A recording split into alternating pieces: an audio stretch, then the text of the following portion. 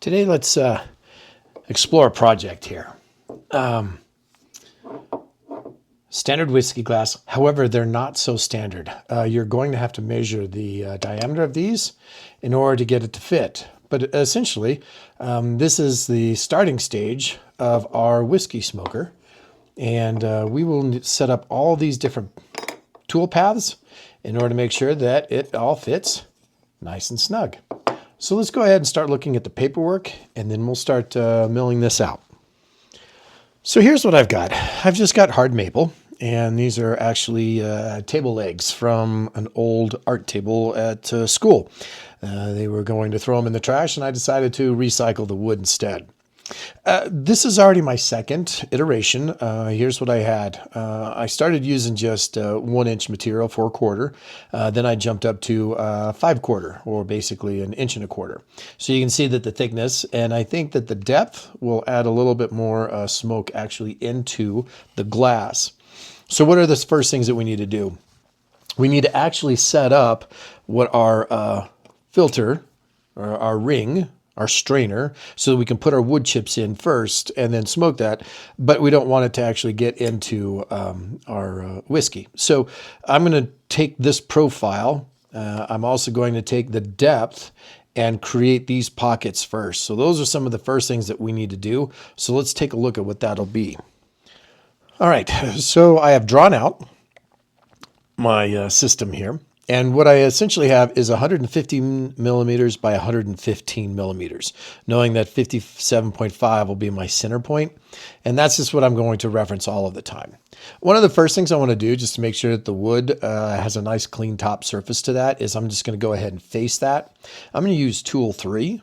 I'm going to go ahead and set up my X start at 0, my X end at 115. Depth of cut will be 1 millimeter. And again, that's all we're trying to do, is just face off that top. Again, Y start 115 and a Y end at 0. We'll do a 0.75 step over, and that'll be fine for what we're trying to accomplish here. We're going to run this at about 700 millimeters per minute. But I may scale back to 600. So we'll work that slide for just a little bit and see how that works. Our Z start is going to be at 0. We're going to end at a -1. And that'll take care of everything that we've got. I'm just going to go ahead 8 mils clearance over the top of it, because I'm using a different system. I'm not using the high clamps. I'm just using the edge bite clamps on this, and we'll take a look at setting that up here in just one moment. We'll have a Z feed just plunging down at about 75 millimeters. So that's going to be our first process, is just to face off and flatten out. All right, so here's my file. I have the facing that I want to do. It's 115 millimeters. I'm going to go ahead and load that, just check it, just make sure. That looks exactly what I want to do. But if we want to go back and make any changes, or just double check what we have, we'll go back to File. We'll already know that we need to do our conversational edit. Come in here, we'll hit that button again. And here's all of our specs for what we've got. So we're going in a spiral pattern. We've got X start 0, we've got an X end at 115, Y start at 115, 0.75 start over, or step over, pardon me. And then obviously we're just going to go down 1 millimeter. Again, tool 3, 15,000 RPM, 600. And if I want to go faster in terms of my feed rate, I can do that at any time. So we're essentially working the same parameters. I can go in, double check, that looks good. If I needed to do a save as, I can, but right now I haven't changed anything. So we're just going to go ahead and close it. Go back to the main page. Because I didn't change anything, it doesn't need to reload. So let's go ahead and make sure that we're ready to run this. So here's my setup. I just have a piece of maple. I can tell that this side is pretty rough, so that'll be the side that I think I want to recess down. However, this, I'm just going to go ahead and face the top of it. I'm just going to go ahead and set this up. This is not normally the thickness I would use. If I were using this for a lid, I could do that.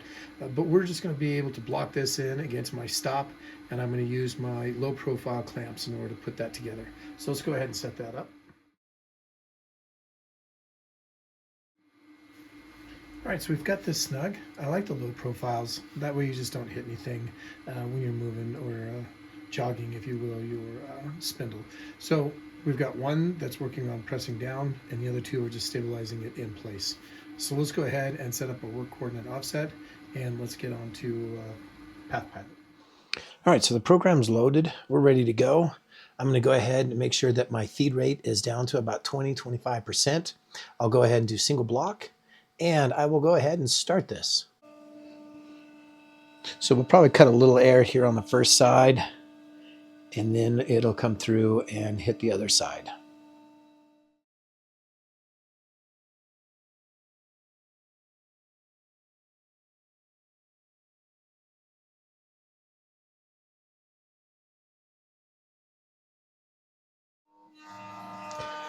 All right, so now we've got some good engagement going on.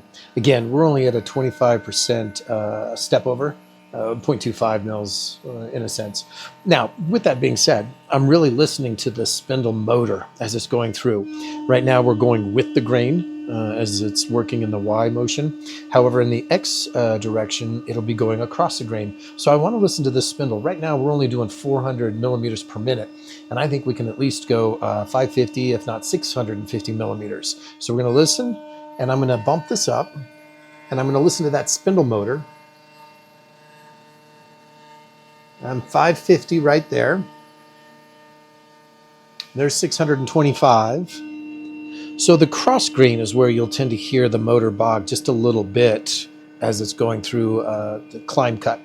And if I don't hear a bog, I'm going to go ahead and bump that up even faster. Right there, we're at 700 millimeters a minute. So I'm just going to run with this right now.